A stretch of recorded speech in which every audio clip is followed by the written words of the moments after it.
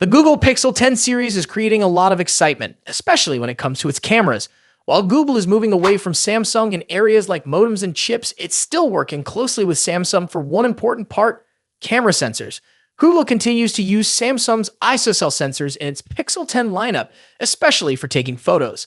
There are three main models: Pixel 10, Pixel 10 Pro, and Pixel 10 Pro XL. All of them are expected to use Samsung ISOCELL camera sensors, at least for some of their lenses. Let's start with a regular Pixel 10. For the first time, this phone will have three cameras on the back. The Pixel 9 only had two, so this is a big change. But it's not just about adding a third camera, there's more to the story.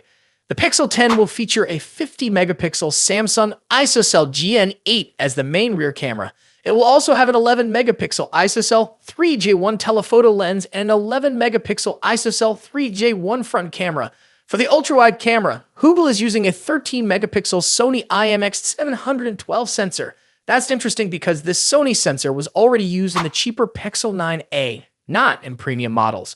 So while the Pixel 10 is gaining a telephoto lens, it's also losing out on the size of its main sensor. The new GN8 is smaller than the GNV sensor in the Pixel 9. The older GNV sensor was 1/31 inches, while the GN8 is 1/95 inches. Smaller sensors usually mean slightly weaker performance, especially in low-light situations. Now let's look at the Pro models. The Pixel 10 Pro and Pixel 10 Pro XL will keep the same 50-megapixel Samsung ISOCELL GNV sensor for the main camera. But for all other cameras, Google is switching to Sony sensors. Both Pro models will use Sony's 48-megapixel IMX858 sensor for ultra-wide, telephoto, and even front cameras.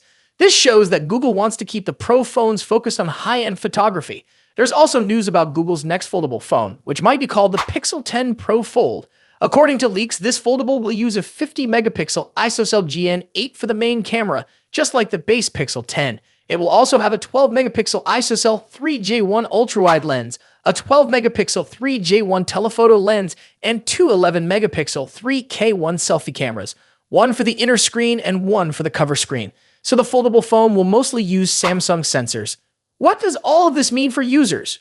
Google used to keep its base Pixel phones simpler, with just wide and ultra-wide cameras. The Pro models were the only ones with a telephoto lens. But this year, that's changing. The Pixel 10 is getting a telephoto camera for the first time, which is great for zoom photography.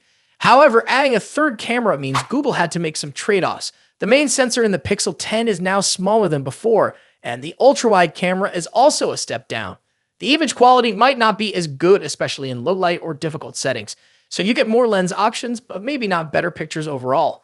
On the other hand, the Pro models are sticking to what worked last year. There's no big upgrade to the camera hardware, but the software might be getting smarter. The new Tensor G5 chip is expected to include a better image processor and stronger AI features.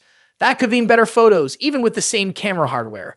Now let's talk about price. If Google keeps the Pixel 10 at $799, it becomes very close to the Pixel 9a in price. But the Pixel 10 shares two sensors with the cheaper Pixel 9a.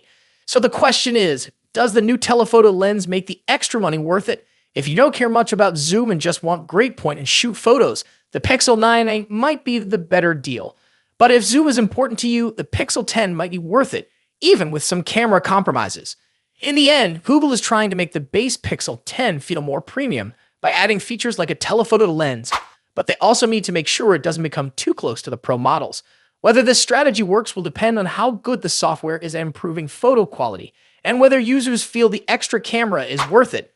The Pixel 10 series is shaping up to be exciting, but also a little controversial. Some users may love the changes, while others may feel like Google should have stuck with better sensors. We'll have to wait and see how these phones perform in the real world.